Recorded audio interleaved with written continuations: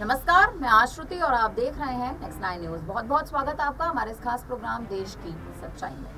हरियाणा विधानसभा चुनाव नतीजों के बाद चर्चा उन दलों के प्रदर्शन की हो रही है जो मतगणना शुरू होने तक सत्ता की चाबी अपने ही हाथ होने के दावे कर रहे थे। ये कह रहे थे कि हरियाणा में हमारे बिना सरकार ही नहीं बनेगी। हरियाणा चुनाव नतीजों के बाद आंकड़ों के आईने में ऐसे दल कहाँ ठहरते हैं जो सूबे की सियासत में तीसरा कोण बनकर दावे कर रहे होते हैं। हरियाणा चुनाव में आम आदमी पार्टी खाली हाथ रह गई। पार्टी ने सभी सीटों पर अपने उम्मीदवार तो उतारे, लेकिन पहली बार हरियाणा के चुनावी रण में पूरी ताकत के साथ उतरी आम आदमी पार्टी का खाता तक नहीं खुला, या यूं कहे कि खाता खुल नहीं सका। लेकिन पार्टी एक मामले में टॉप पर रही। आम आदमी पार्टी के 85 उम्मीदवार अपनी जमानत नहीं बचा सके, जो इस बार किसी एक दल के जमानत बचाने में भी फेल रहे। उम्मीदवारों की सर्वाधिक संख्या है और इस सर्वाधिक संख्या में आगे बढ़ने के लिए पूर्व डिप्टी सीएम दुष्यंत चौटाला खुद अपनी सीट पर जमानत भी नहीं बचा सके। जेजेपी और एडवोकेट चंद्रशेखर की आजाद समाज पार्टी ने गठबंधन के तहत 82 उम्मीदवारों की जमानत जब्त करने से भी नहीं बचाई और आगे आने वाले समय में उनके लिए मुश्किलें बढ़ती नजर आई। नेशनल लोकदल और बहुजन समाज पार्टी के गठबंधन से 72 उम्मीदवारों की जमानत जब्त हुई है। हरियाणा चुनाव में कुल 700 उम्मीदवारों की जमानत जब्त होती नजर आई और इस बार करीबन आंकड़ों के हिसाब से देख लिया जाए जो 443 निर्दलीय समेत कुल 1031 उम्मीदवार हरियाणा के रण में ताल ठोक रहे थे। पिछले साल यानी आपको बता दें पिछले चुनाव में 2019 के हरियाणा चुनाव में बात करें तो करीबन 1100 उम्मीदवार चुनावी मैदान में थे, तब 900 से अधिक उम्मीदवारों की जमानत जब्त हुई थी। आम आदमी पार्टी ने 2019 चुनाव में 39 सीटों पर अपने उम्मीदवार उतारे थे और ज्यादातर सीटों पर पार्टी के उम्मीदवार अपनी जमानत बचाने में सफल नहीं हो पाए थे। हालांकि कुल मिलाकर देखें तो पिछले चुनाव के मुकाबले ऐसे उम्मीदवारों को तादाद जो है ऐसे उम्मीदवारों की वो बढ़ती नजर आई है, और लेकिन इस बार 2024 के विधानसभा चुनाव में घट भी रही है। हरियाणा विधानसभा चुनाव में नोटा को भी 50,000 से ज्यादा वोट मिले हैं। सूबे की 90 विधानसभा सीटों के लिए नोटा को कुल 52,626 वोट मिले। 50 सीटें ऐसी मानी गई जहां नोटा को 500 से कम वोट मिलते नजर आए, जबकि 31 सीटों पर नोटा के वोट 500 से 1000 और 9 सीटों पर 1 से 2000 के बीच रहे थे। गौरतलब है कि हरियाणा चुनाव में भारतीय जनता पार्टी को 48 सीटों पर जीत मिली है, जो बहुमत के लिए जरूरी है और 46 के जादुई आंकड़े से कहीं अधिक भी है। कांग्रेस 37 सीटों पर ही जीत सकी। विधानसभा चुनाव में मुख्य मुकाबला भाजपा और कांग्रेस के बीच था। मंगलवार को चुनाव के परिणाम में मतदाताओं ने भाजपा की जन कल्याणकारी नीतियों पर मोहर लगाते हुए स्पष्ट बहुमत दिया, लेकिन पार्टी की इस लहर के बीच प्रदेश के 9 हलकों में भाजपा प्रत्याशी जीत तो दूर बुरी तरह पिछड़ते हुए तीसरे व चौथे नंबर पर रहे। पुन्हाना से प्रत्याशी मोहम्मद अजीज खान, गन्नौर से भाजपा प्रत्याशी देवेंद्र कौशिक, रानिया से शीशपाल काम्बोज और महम से दीपक निवास हुड्डा तो अपनी जमानत तक भी नहीं बचा पाए। रानिया और महम से भारतीय जनता प्रत्याशी चौथे नंबर पर रहे थे। वहीं आपको बता दें बड़ौदा से प्रत्याशी प्रदीप संगवान की मात्र 200 वोटों से जमानत बच गई, या फिर यूं कहें कि जमानत बचते बचते अंत मौके पर रह गई। वहीं कांग्रेस प्रत्याशी भी 4 हलकों में तीसरे नंबर पर रहे थे। चुनाव में प्रदेश में भाजपा की कुल 48 सीटें आई हैं। भारतीय जनता पार्टी की कल्याणकारी नीतियों पर जनता ने वोट दिया है, ऐसा माना जा रहा है, आंकड़ों से माना जा रहा है।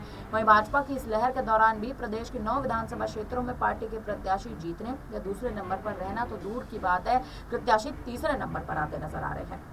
2 हलकों में भाजपा प्रत्याशी हैं, चौथे नंबर पर आ रहे हैं। वहीं प्रदेश की 4 हलकों में कांग्रेस के प्रत्याशी हैं, जिनको ऐसी ही दुर्गति झेलनी पड़ रही है। 8 अक्टूबर को चुनाव नतीजे आने के बाद पूर्व मुख्यमंत्री भूपेंद्र सिंह हुड्डा के भी बड़े बयान सामने आए। उनके गढ़ से कहे जाने वाले सोनीपत जिले के केवल बड़ौदा से विधानसभा सीट ही कांग्रेस बचा पाई। इस सीट को बचाने के लिए भी उसे कड़ी मशक्कत करनी पड़ी। आपको बता दें कि इस सीट पर कांग्रेस लगातार 5वीं बार और विधायक इंदुराज नरवाल ने दूसरी बार जीत दर्ज की है। भूपेंद्र सिंह हुड्डा का बड़ौदा विधानसभा क्षेत्र यानी बड़ौदा असेंबली कंस्टिट्यूएंसी पर अगर बात करें तो उनका सीधा प्रभाव माना जाता है। इसी कारण से कांग्रेस प्रत्याशी को इसका फायदा भी मिला है। दूसरे स्थान पर कांग्रेस की टिकट नहीं मिलने से नाराज होकर निर्दलीय प्रत्याशी के रूप में चुनावी मैदान में उतरे डॉक्टर कपूर सिंह नरवाल रहे थे।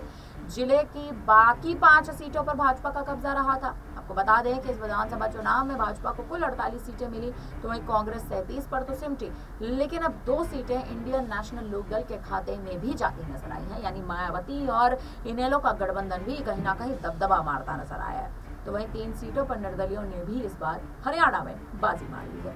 देखा जाए तो हरियाणा में इस बार के विधानसभा चुनाव जिन 90 सीटों पर हुए हैं, इन 90 सीटों पर विधानसभा चुनाव का प्रभाव आने वाले तमाम विधानसभा चुनावों पर आखिर कैसे पड़ सकता है, इस पर चर्चा करें तो कहीं ना कहीं उत्तर प्रदेश में भी उपचुनाव होने वाले हैं और कहा और माना ये जा रहा है कि हरियाणा के बाद अब उत्तर प्रदेश के उपचुनाव पर खासा प्रभाव होगा भारतीय जनता पार्टी की। सीधे तौर पर कहें तो इस तरह से एकमात्र हाथ पर कहीं ना कहीं जीत दर्ज करने का। दूसरी ओर कांग्रेस है, दूसरी ओर विपक्षी गठबंधन है और इंडिया गठबंधन की भी नींव जो है वो धीरे धीरे करके ही सही लेकिन कमजोर पड़ती जा रही है। हरियाणा में गुटबाजी के कारण इस बार कांग्रेस की हार हुई है। खुद राहुल गांधी ने इस बात पर सीधे तर्क दिए हैं। साफ तौर पर राहुल गांधी ये कहते नजर आए हैं कि हरियाणा में नेताओं ने केवल अपने बारे में सोचा, नेताओं ने केवल अपने इंटरेस्ट के बारे में सोचा और जब पार्टी की बात आई तो नेताओं में गुटबाजी शुरू हो गई। इसका सीधा अगर आप उदाहरण देखें तो कुमारी शैलजा और भूपेंद्र सिंह हुड्डा के बीच बढ़ रही परीक्षाएं थी। हुड्डा और शैलजा के बीच जो गुटबाजी चल रही थी, हरियाणा में लोकसभा चुनाव के लिए भी जब वोटिंग हुई थी तो 5 सीटें बीजेपी के खाते में गई थी और 5 सीटें कांग्रेस के खाते में गई थी। लेकिन 5-5 सीटों का ये जो समीकरण था, इन 5 सीटों के समीकरण ने ही कहीं ना कहीं कांग्रेस की स्थिति को और खराब कर दिया था, क्योंकि कुमारी शैलजा इस बात से भूपेंद्र हुड्डा से नाराज थी कि आखिर सिरसा से सांसद तो मैं हूं, लेकिन आपने इस बार के लोकसभा चुनाव में मुझे टिकट क्यों नहीं दिया। कुमारी शैलजा की नाराजगी बढ़ी, भूपेंद्र हुड्डा की राजनीति बढ़ी और राजनीति और नाराजगी के बीच आखिर आज तक कौन ही टिक पाया है।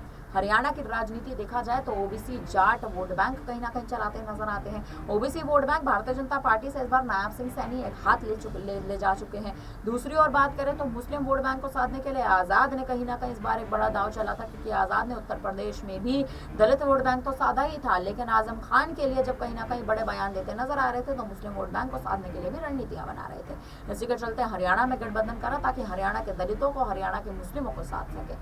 हालांकि जातिगत जनगणना की अगर बात कर ली जाए, यानी जातीय जनगणना की अगर बात कर ली जाए तो हरियाणा में मात्र 4% मुस्लिम वर्ग है और देखा जाए तो ओबीसी वोट बैंक करीबन 30% माना जाता है, जिस 30 में से 28% OBC vote bank Nayab Singh Saini के हाथों में गया है। वहीं दूसरी ओर बात कर लें कि इस बार इनेलो के खाते जो सीटें गई हैं, 3 सीटें इस बार इनेलो के खाते में गई हैं, जिसमें से 1 सीट बहुजन समाज पार्टी की भी है। आपको बता दें मायावती ने हरियाणा में मात्र केवल 1 सीट अपने नाम की और 1 सीट अपने नाम करने के बाद हरियाणा की राजनीति में इनेलो और बसपा का गठबंधन कहीं ना कहीं बढ़ता और बदलता नजर आया। अब यहाँ पर यह देखना अहम होने वाला है कि दिल्ली की राजनीति, उत्तर प्रदेश की राजनीति और वहीं हरियाणा में हाल ही में हुए विधानसभा चुनाव के परिणाम आखिर दिल्ली में 2027 के विधानसभा चुनाव है, इस पर क्या असर डालेंगे। उत्तर प्रदेश में उपचुनाव है, 10 सीटों पर उपचुनाव होने वाले हैं। समाजवादी पार्टी ने यूपी में तहलका मचा रखा है और इस तहलके के बीच भारतीय जनता पार्टी भी अपने बड़े दांव चलने की कोशिश कर रही है। आखिर हरियाणा में विधानसभा चुनाव का असर, विधानसभा चुनाव का प्रभाव इस बार यूपी के उपचुनाव में क्या पड़ेगा, यहाँ ये देखना अहम होगा।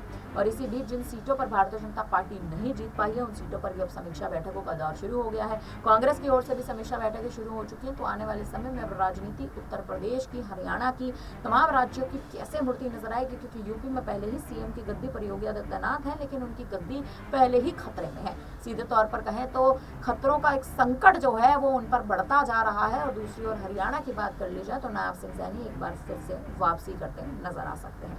बीजेपी की गुटबाजी क्या कांग्रेस की गुटबाजी से बड़ी निकलती नजर आएगी, ये भी देखना यहाँ पर बेहद अहम होने वाला है।